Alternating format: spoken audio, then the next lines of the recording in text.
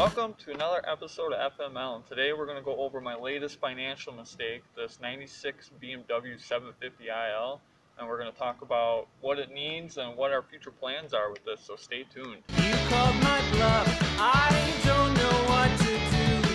My nervous ticks are running wild, but I can barely move. I ended up buying this thing for $275 on auction through Copart. With fees and towing, I'm in it at $900. It looks like it was a private seller who was selling this thing, and there was no mileage on it. I didn't even get to look at it. I woke up in the morning and I saw it, and I threw a bid on it, and here it is now. According to the auction details, this thing does not run. Let me rephrase that. According to the auction details, it didn't say anything about this running and driving, so I took a big chance on it. The Carfax came back clean except for a light front end damage 10 years ago. The only thing I could see in the pictures was this back window being out. So how bad could it be?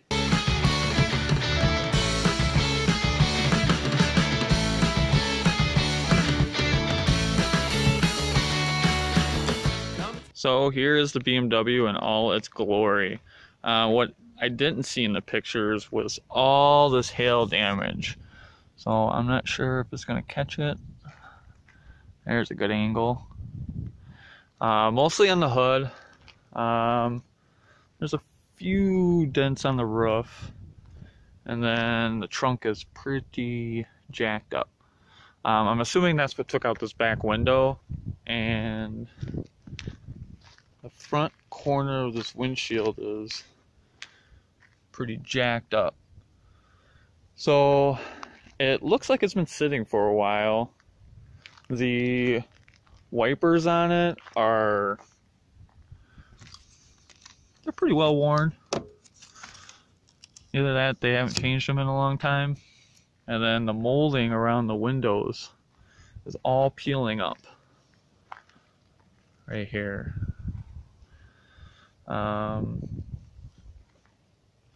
As for the rest of the body, it looks like it's in pretty good shape, actually. The rust that I can find is right here on the trunk. And I got a little bit of bubbling here on the quarter panel. I thought a pretty big thing on these E38s was the bottom of the doors. And I don't see any rust on these doors. They actually look pretty good shape. The molding's off of this one, and you can see that there's really no rust on this thing. That's just like glue that's on there. I don't see any rust, so I'm a little confused by that. According to the Carfax, it spent most of its life in Georgia, and then the last 10 years it was here in Minnesota. So there is that. The other thing, let's see if I can get underneath there, is this a little bit jacked up underneath here. And one of the downsides of buying something from Copart is that they pick everything up with forklifts. Always keep that in mind when you're buying stuff from Copart. So let's go take a look at the interior. Here we are in the interior of the car, and it's actually pretty good shape. The only thing I see is the door here is pretty worn, but the seats are in good shape. Headliner is sagging. Got glass all over the place. I'm pretty excited about the tape deck. And there's just buttons all over the place. Buttons. Buttons. Buttons. Buttons.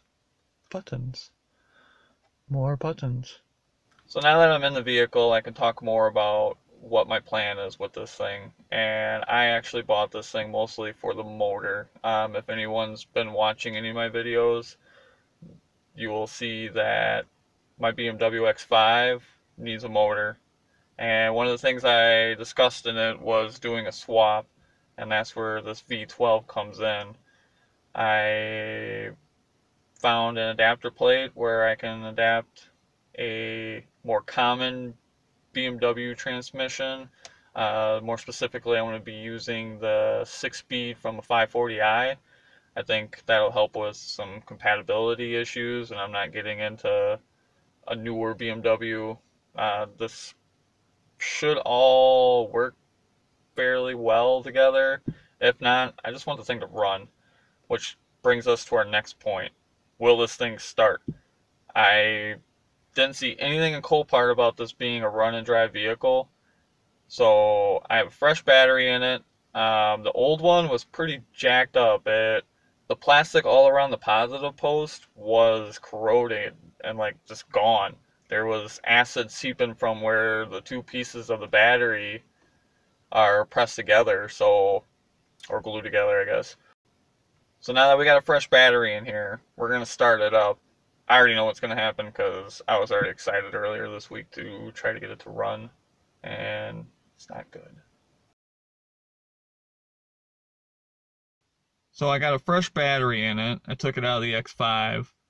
Now we're gonna see if this thing will start up, and I have my fingers crossed. The cell phone works. I'm going to give a huge shout out to the group on Facebook. They're under E38 Empire, and everybody on there has been pretty awesome about keeping me up to speed on some of the stuff that I just don't have the time to research right now. One of the things that they've asked me, and they looked up the VIN, is the window situation. So when I looked it up, it said that it does not have double glazing for an option. I don't know if this will if this will show up, but I mean, it certainly looked like it has double glazing to me. You have that thick line there, and all the windows on the side have it, but the back one doesn't. The auto up works still. So let's see what we got here. The first interesting thing that I can see is that there are no dead pixels on the dash, which is quite the feat. The other thing is that there's no dead pixels on the radio either. So I'm pretty excited about that if I'm going to have any future use for this vehicle after I pull the motor out. So let's see if it starts.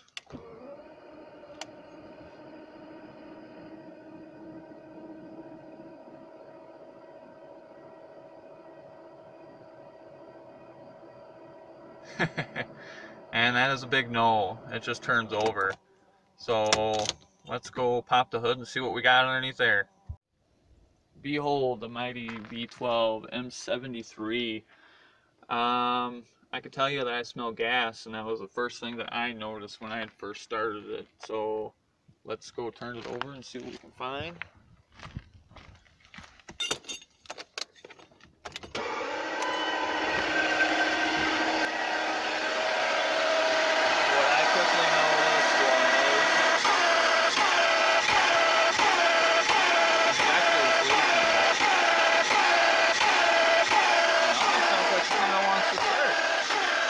So when I first started it over, what I noticed were all the injectors. Some of them worse than others were just pouring fuel out of the top. And it kind of goes with my thought process that this thing has sat for a long time. And I think it has dried up all the O-rings, and I've actually ordered some. So we're going to be changing that in the next video. We want to see if we can get this running, so I don't have to figure out if it was a good running motor when I have it installed in the X5. So I just got done spraying a bunch of starting fluid in there and seeing if part of my issue is that the fuel is really, really old. So let's see what happens.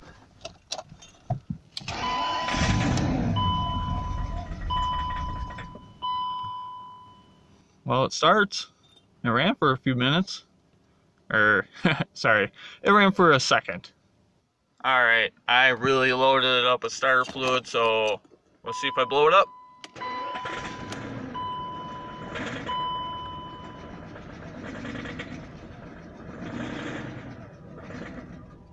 Making a nice knocking noise. Hopefully that's not a bad thing. Well, it runs, so it kind of confirms my theory of this thing being full of old gas. And now I gotta figure out how to pump 3/4 of a tank of gas out of this thing and put in some fresh fuel. And that will be another episode. Hello?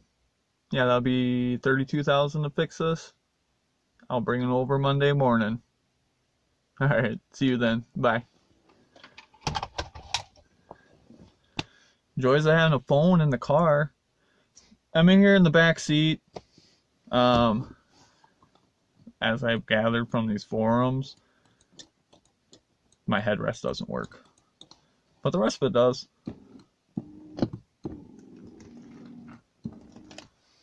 So I'm sitting back here covered in glass for you guys.